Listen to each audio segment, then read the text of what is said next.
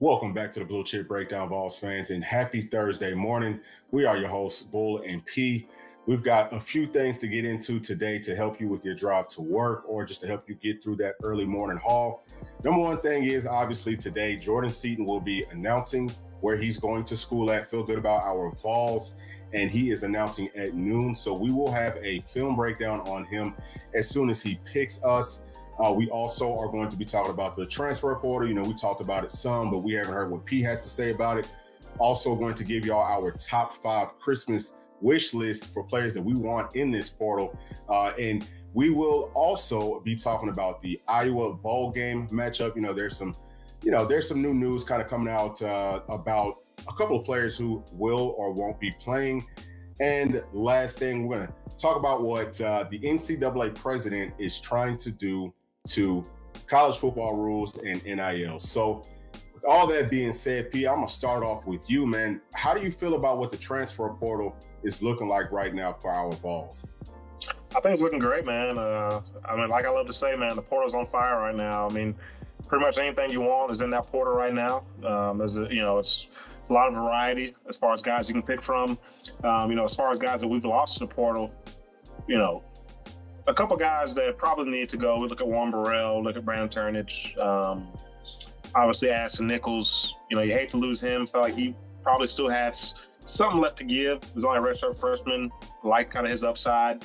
And he looked pretty good, from the little bits we got to see of him this season. I didn't think he looked bad. I thought he could play. But, kind of hate to lose him. He was a very highly touted guy coming out, so hate to lose him. But, overall, we haven't really seen a whole lot of guys jumping into the portal from our roster, which is always encouraging. The guys that we've lost so far are guys that weren't impact guys anyway, and they're probably needed to move on to at least have a chance to go compete for a spot somewhere else. So, all in all, I think the portal, it's looking pretty good for us right now. Like I said, there's a lot of guys, a lot of potential targets that you might see hype on his staff kind of want to go pick at. There's a lot of guys. So hopefully we got enough money to go around to go out here and, heck, we can get at least, 6, 7, 8 guys out of that portal. We can get 6, 7, 8, impact guys. It's from corners to freaking D linemen to receivers to even quarterbacks, O linemen, the whole deal, it's there. So I think it's going to be a great year for the portal for us, hopefully.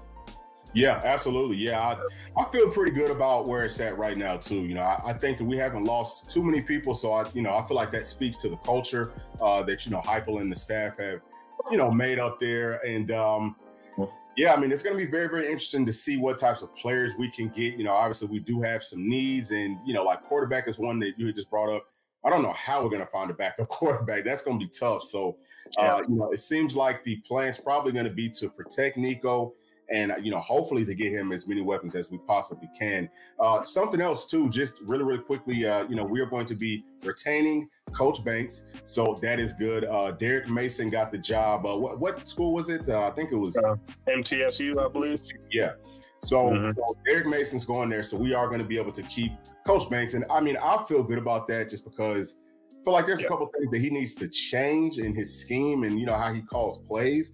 But overall, I do like what he does. So, I think that is a, big deal that he is going to be staying with us. But next thing that I do want to go ahead and jump into is the, our top 5 Christmas wish list. And P, I'm going to let you start off with your number 5 players and I'm going to do mine. Okay. Yeah. Starting number 5. There's like I said, a lot of different guys.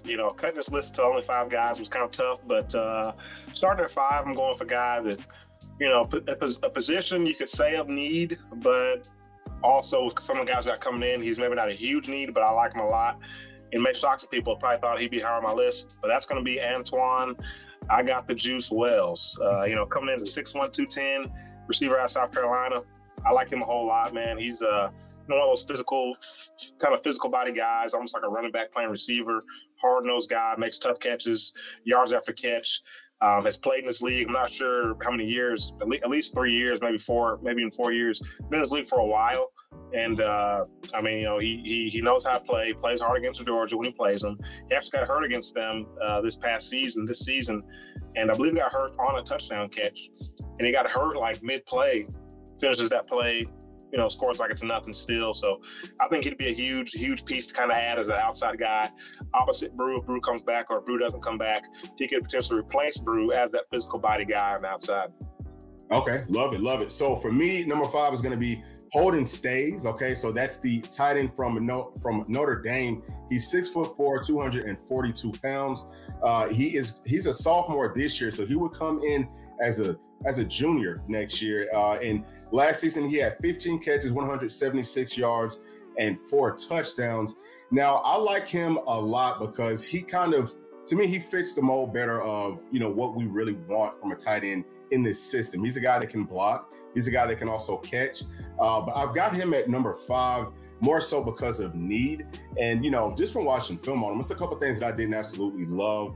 It seems like he kind of catches with his body some. And then, obviously, whenever you have a guy coming from a Power 5 school that didn't really play much, that wasn't a starter, it kind of seems like he's getting pushed out of that tight end room. You have to kind of wonder why. We kind of went through that with Dante Thornton last year. So, I feel like he's got a good upside, but, I do think that we're going to need to add some more pieces to that room. And what? There was something else that I was going to say about him, but it slipped my mind. I'll come back to it. I'm going to let you go ahead and get number 4 guy. Okay. Number 4 for me is a guy a little bit under the radar.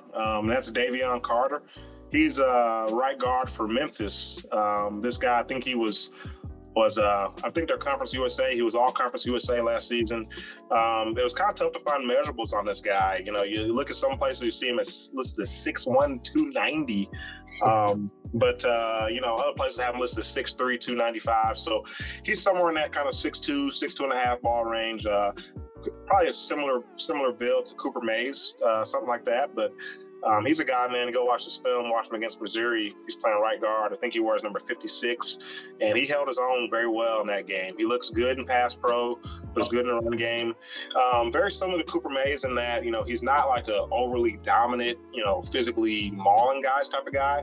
He's more of, for you guys that play Madden, when you're talking about your offensive lineman, you can do your run block strength. You can do your run block finesse.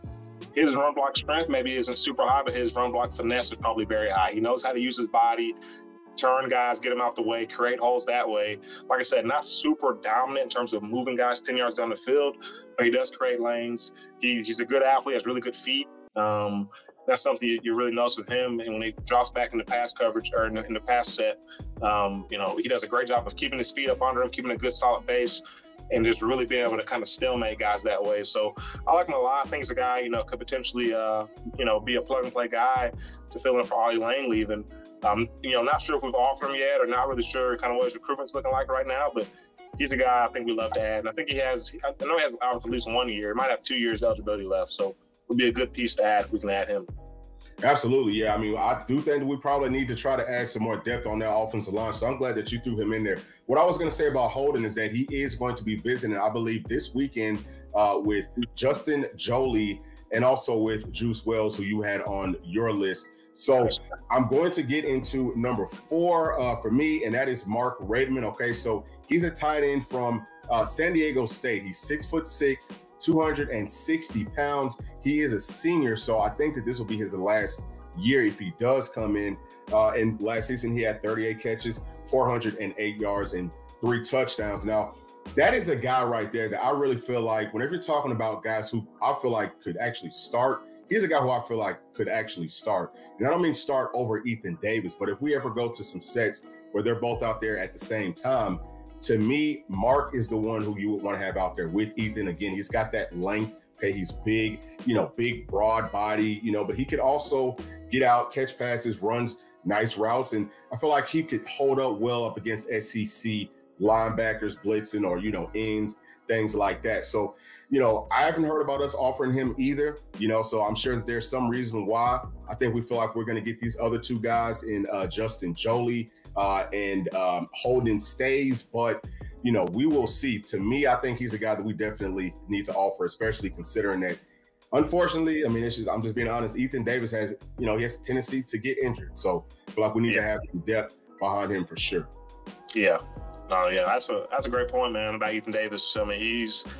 I don't think he's been healthy since senior year of high school. So, I think I heard that year as well. So we do probably need to add at least 2 bodies in the portal at tight end just to account for that, Yeah, for sure.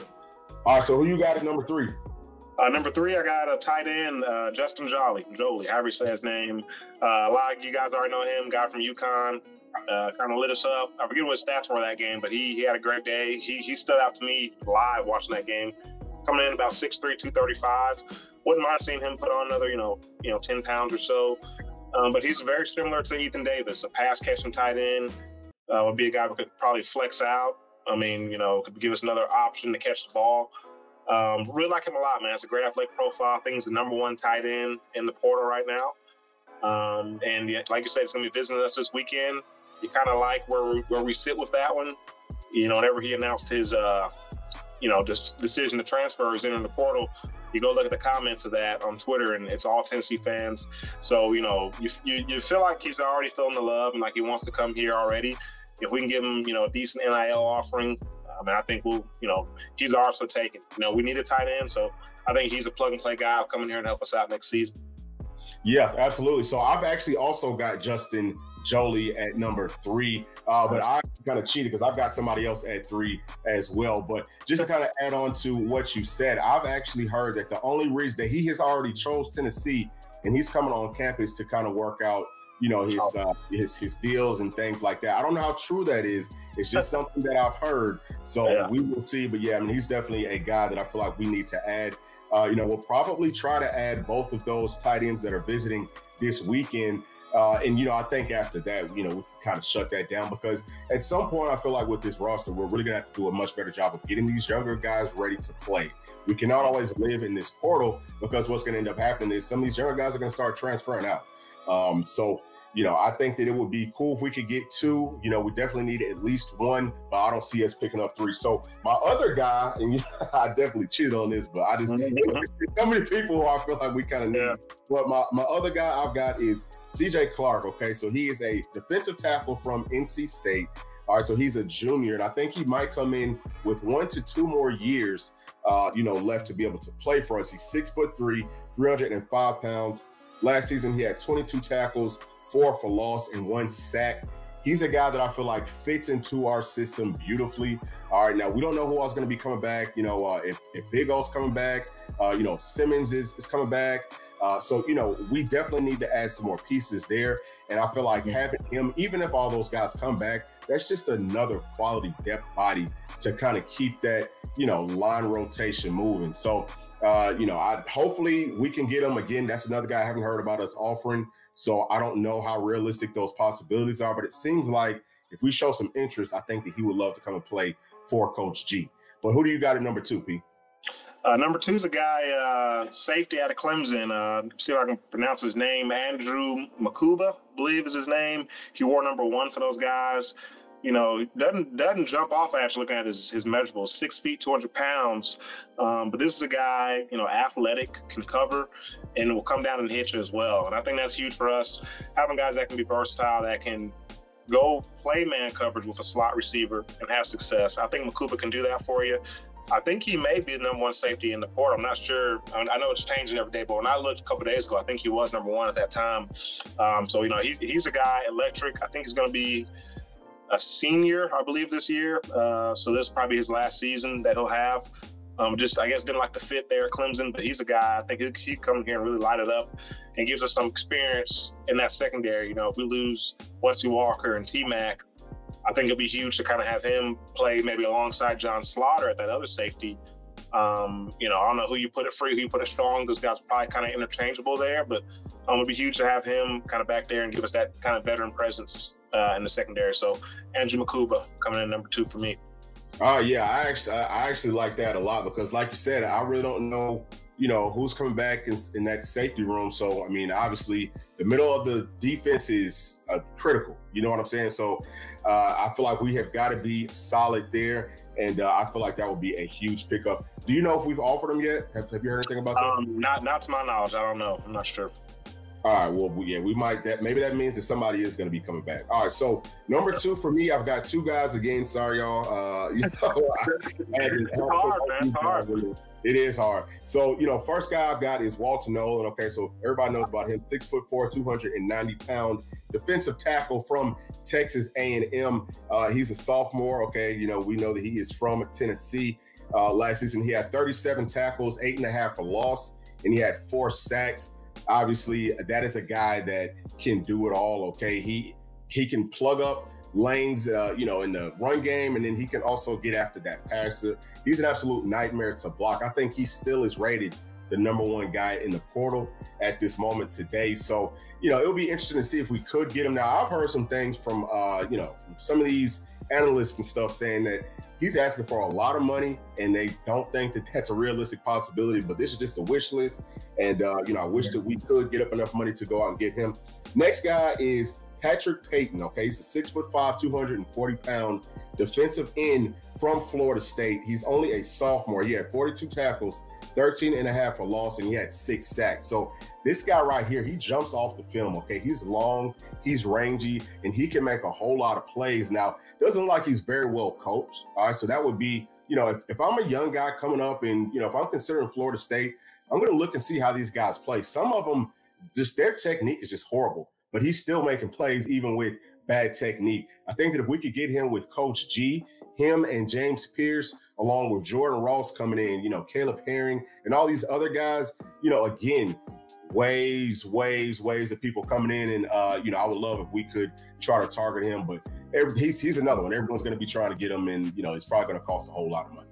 Yeah, wow. Yeah, that'd be huge to add him, man. I guess look at my #1. I guess before I get to my #1, just a guy honorable mention I want to add in there. I didn't write his name down, but I want to say his name is Andrew Bisonatis or something like that. He was a right tackle for Texas A&M, number 71, and I believe he was either a true freshman or redshirt freshman last year. Freshman All-American, or last year. I mean, this season right now. Freshman All-American this year. I think he goes about 6'5", 310, 315. He's a guy, you look at him on film, he looks pretty good. I wouldn't mind seeing us add him and potentially play him inside a guard if we don't have any options there. And, maybe we have Campbell, a tackle, have him at left guard, Coop, Sprague's the right guard, and then we have Jordan Seaton holding down the right side. I mean, that'd be a solid O-line. You're looking at pretty much 6'5", 320 across the board.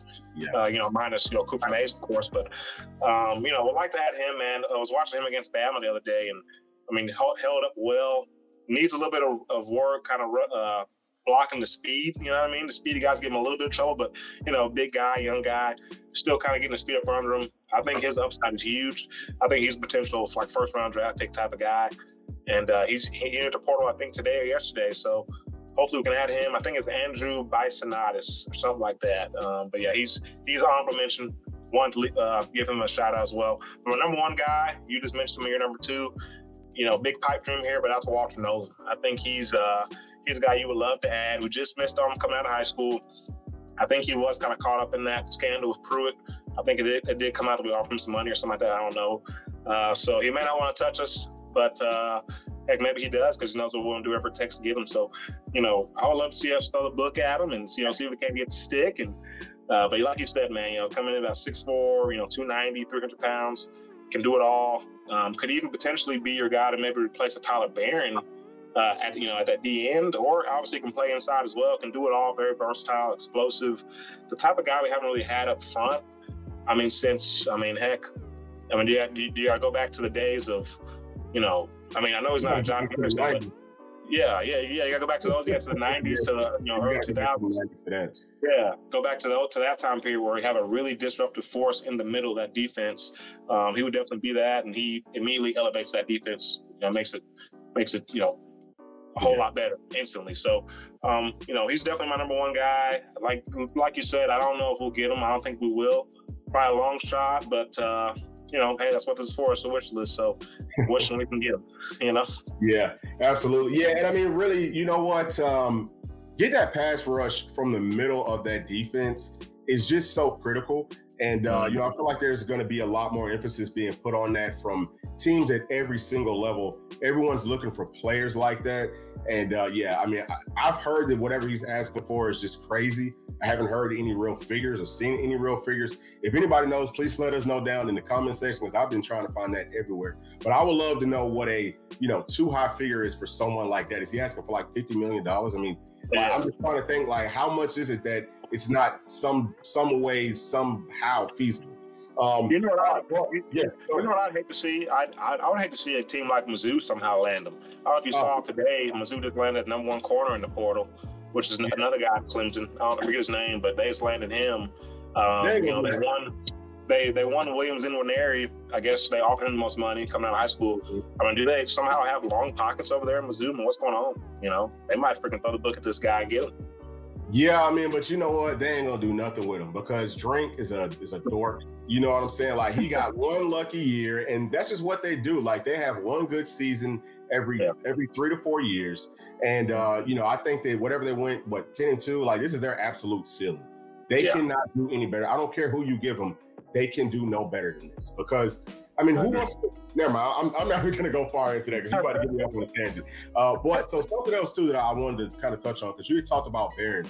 I'm hearing now that I guess his draft stock is not as high as he thought, and it sounds like he's either going to have to come back. But I've also heard that he's considering transferring out somewhere else for his last season. So I don't know how true any of that is.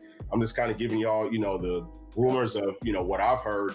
Again, if y'all know anything more about that, let us know down in the comment section. But my number one guy is Antoine Juice Wells, 6'1", 208 pounds. You kind of already touched on that, P. And then, last season, he only had 3 catches for 37 yards and 1 touchdown. Like you said, P, he got hurt early in that season.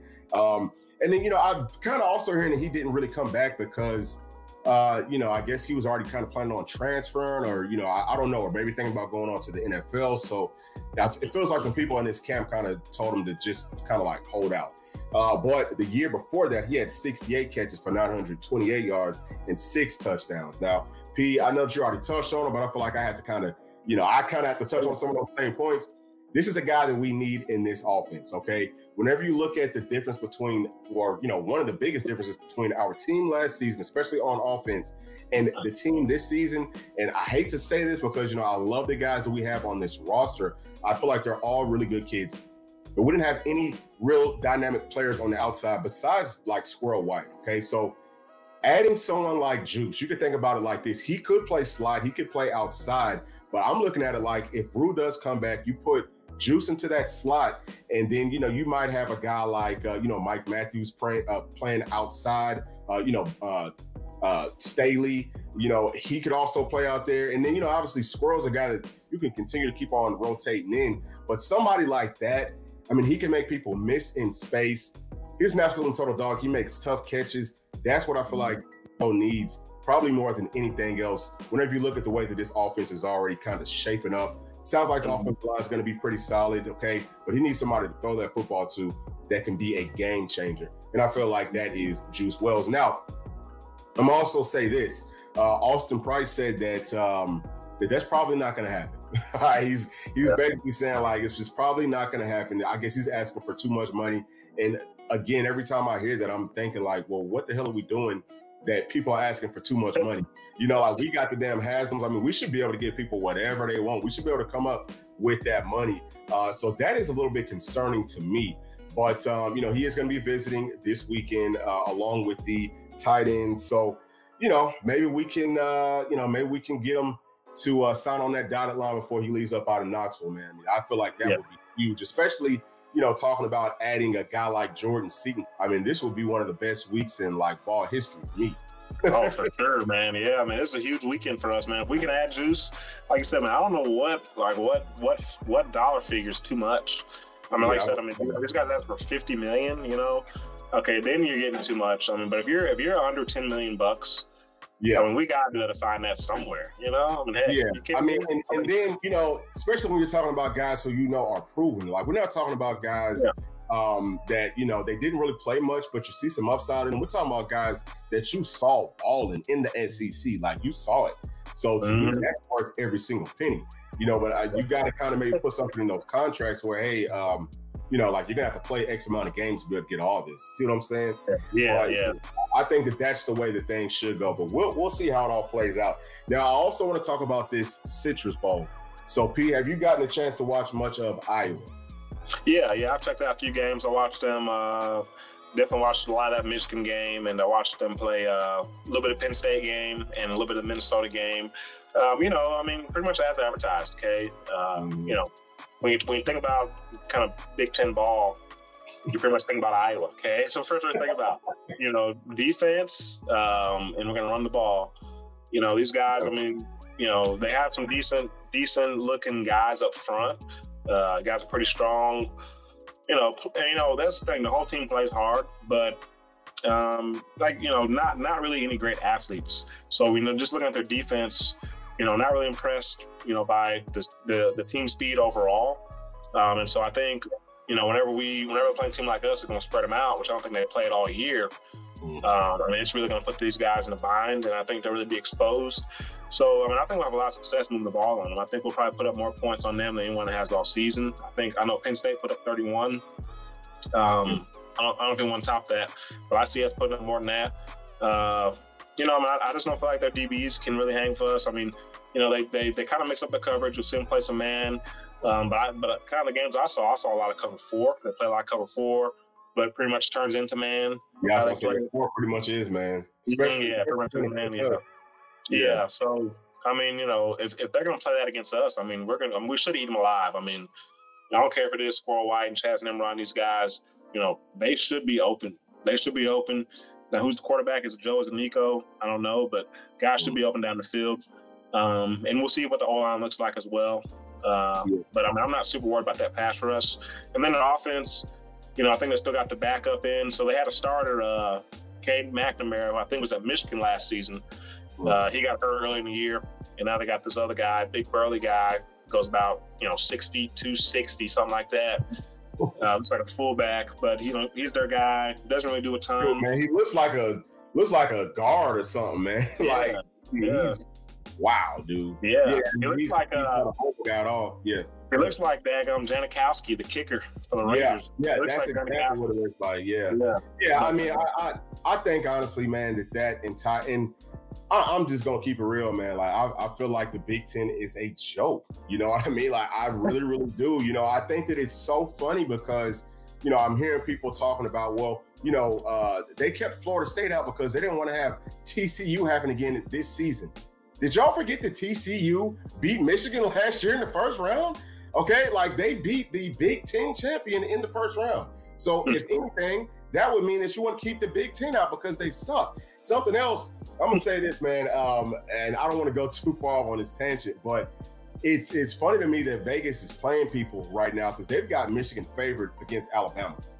Michigan has absolutely, positively no chance against Alabama. And I hate saying that because I want Alabama to lose. But I think Alabama's going to win that game by 30 or 40 points. Pete, did you see what Michigan did whenever they found out that they was playing Bama? Oh, yeah. Mm-hmm. Yeah. All right, so I'm about to play this for those of you that didn't see it.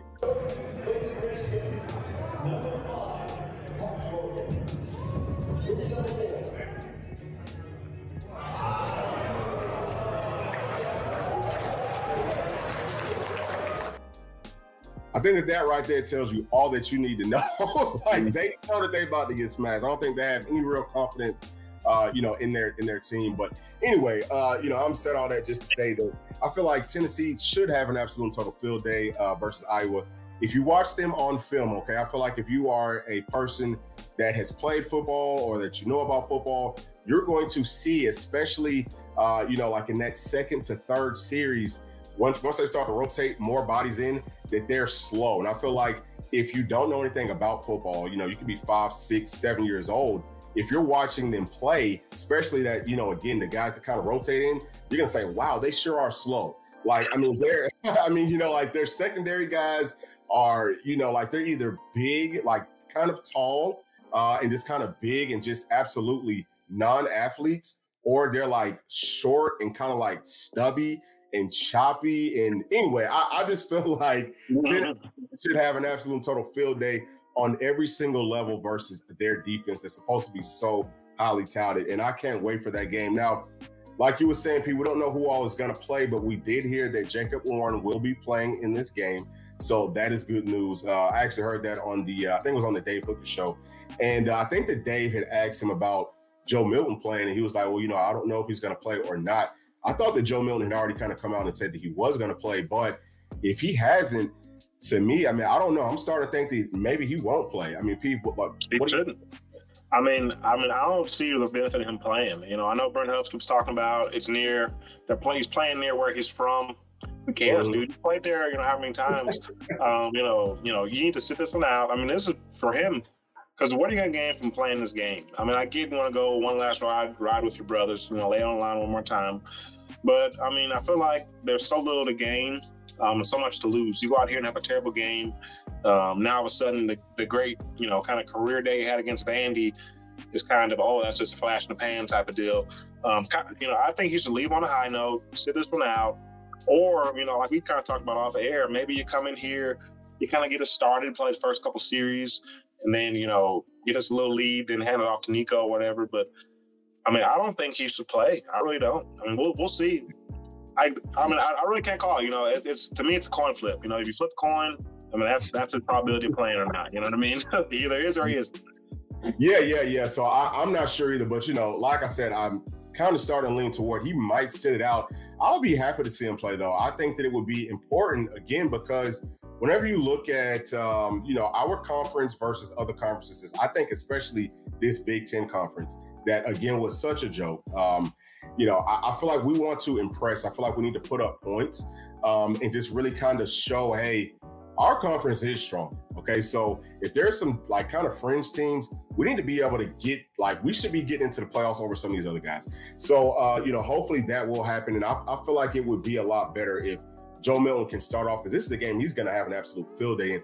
This is a game that whether it's Joe, whether it's Nico, you should be able to throw it up, turn around like Steph. You're already celebrating. You run off to the side, and because you 6, we're gonna have people over by 10 to 15 yards. It's nothing Iowa can do to stop us in the run game, in the pass game, anything. We can play straight up and down. They cannot. We're gonna out athlete them to death. So, I would like to play, kind of like something, P, that I think you would say. Maybe play alternating series. Maybe he gets the first 2. And then, Nico comes and gets 1 or gets 2 or gets 3, but just kind of alternate it that way. Or, maybe you go quarter by quarter. I don't know how you want to do it, but I do think that Nico is going to get a good amount of playing time in this one. I'm really, really looking forward to it. I can't wait. So the next thing that we have to talk about, okay, and I don't know if y'all heard about this, Pete. I don't know if you heard about this either, but Charlie Baker has proposed a new rule that would basically allow schools to pay players directly. So right now, they're not getting paid directly from the schools. It's from, third party, vendors and things like that. So that's a really big deal. Another part of that rule, I had to write this stuff down because it's a lot that I had to learn. I'm trying to make sense out of all of it. But basically what they're saying is the higher tier schools, which would be the Power 4 conferences in the ACC, Big 10, Big 12, and SEC, they would have to invest at least $30,000. Okay, so at least $30,000 to at least half of all of the athletes annually into a trust. So that includes all sports. All right. And I think that that's a pretty cool deal. Now, they're estimating that it would be about a $6 million deal for institution. All right. And now the ones who actually do that, okay, they can make their own rules in the transfer portal with their roster, with the amount of scholarships, and with other policies. So, P, what do you think, just kind of hearing that off of the cusp? Well, my first thing is, I wonder what they mean by they can make their own rules. I wonder what exactly that means. I guess we'll get more clarity on that kind of as it gets closer. But I think that's huge, man. I think that's huge. Now, instead of it just kind of being kind of the Vol fan club, wherever it's called, Spire Sports, that whole deal. Now we're talking about getting money directly from the school. You would think that would be better. I don't know. Because to me, I'm also kind of thinking that, there's a little bit of behind the scenes going on here. And I think the school, maybe the school is kind of already getting involved. I don't know. But I think this definitely opens it up. You know what I mean? Like it basically seems like they're gonna pretty much just kind of open it. Let it be wide open, even more than it already is, and really let schools kind of, hey, you want to get a guy, freaking pull together and cough up that money and go get him. So I don't know. We'll see. I'm not sure if this is really going to change things a ton or not. Because to me, I guess I don't really understand the rules now as they are. But to me, it kind of seems like it's already kind of wide open. I guess the schools can't give money directly.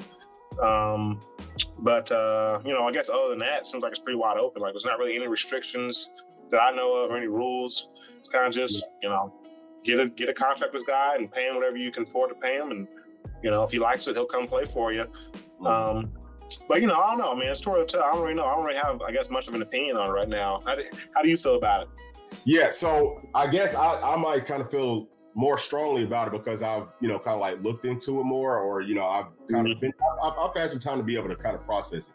So number one of the things that I really like about it is that it's going to help, I feel like especially with women's sports, but even some of these other sports where players probably are not getting good enough deals, right? Or, are not getting, I feel like, enough money.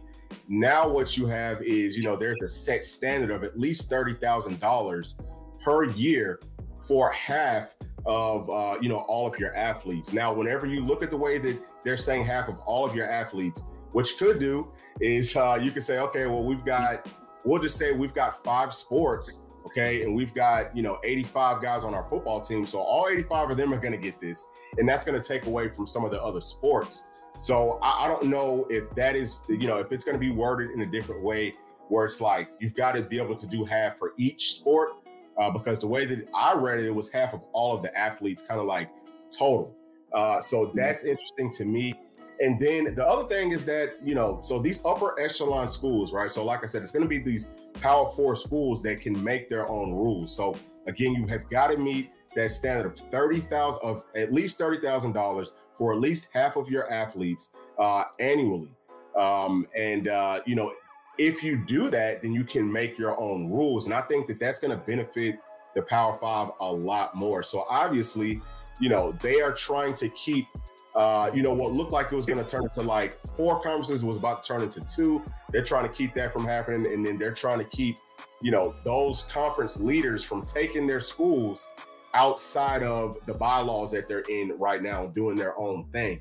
So I think that was a smart move by the president to try to keep, all this money, to just try to keep their hand inside of the jar, so to speak. But I think that there are just so many different moving pieces. But again, I feel like it is going to benefit these Power 4 schools heavily. And I'm also curious to see, can you still get money outside of that trust?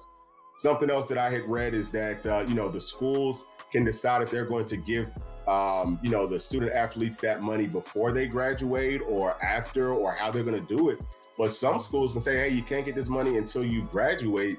And it's so much up in the air right now, but obviously it's not an actual rule yet. But hopefully once they kind of sit down, I think they're going to be meeting in like January. But once they sit down, maybe they can kind of get some more concrete rules just to try to keep what I feel like could be an extremely unfair deal for these Power 4 teams. And really, even if you're looking at the, SEC teams, like Bama, like the schools with all the money, because again, it's at least they can be paying. All right, so look, like that school, like we'll just say Georgia's only paying you $30,000. Well, we're paying all of our football players $100,000, and then you can go out and, offer as many scholarships as you possibly want. So I don't know. I feel like it's an interesting theory, but like you said, it could kind of open it up even more, or it could restrict it a lot more and, turn into a very unfair deal for, some of these lesser programs. I agree. Yeah. That's definitely, it's definitely a lot to that. I almost feel like, and I kind of hate to be this way, but I almost feel like if you're going to put a minimum, you almost need to put almost a maximum, maybe. I don't know. Yeah, no, I would hate for them to do that. I would hate for them to do that, because, like if you're a team, for example, like Bama, who's won a lot of championships, you've kind of built up that money. If you're a team like Tennessee that just has long money, from the Haslam's or whatever, like, heck, we ain't worried about how much money it costs. But then you have the kind of some of these other teams, maybe a team like NC State or whatever, who, I mean, heck, you guys can't afford it. I don't know. I mean, is that going to create, just more kind of one-sidedness where just everybody's going to, Tennessee, Bama, Texas A&M, teams with money, and pretty much anybody doesn't go team with money, it's because they ain't good enough. And so now you're going to these lesser teams. I mean, I don't know if it creates kind of just more one-sidedness in the sport, which I think we're kind of trying to get away from. But I mean, I don't know. I mean, it's still early. So we'll kind of see how things checks out. So I mean, that's interesting from that aspect. But where I think that some rules probably, like some limitations probably need to be implemented to some point is like scholarships, right? Because if you can make your own rules on how many scholarships you can have, you could get 200 players. You see what I'm saying? Yeah, that's crazy. 200 players on your team. And then you could also make rules on the transfer portal where you say, hey, you can't transfer, period. I mean, like you can say whatever. I haven't heard anything, say otherwise. So I feel like that's where things could get real sticky at. Yeah, that's the crazy part to me. That like I said, the first thing I said is the part about create your own rules. I'm not really sure exactly what that means, how far wide, reaching that is, but that's kind of crazy right there. Yeah, it is. It most definitely is. But that's going to be it for this one. Hope that y'all are enjoying y'all's Thursday so far. And man, we got a big commitment coming up here in a few short hours, and we are really looking forward to it. So make sure that y'all check out that video as soon as he does commit to the Power T. We'll have that thing posted. All right. So again, it is going to be at noon Eastern. Appreciate y'all as always for tuning in. Please make sure to like, subscribe, hit that notification bell, share with your friends, family, and other volunteer fans. We'll see y'all on the next one. Thanks. Peace.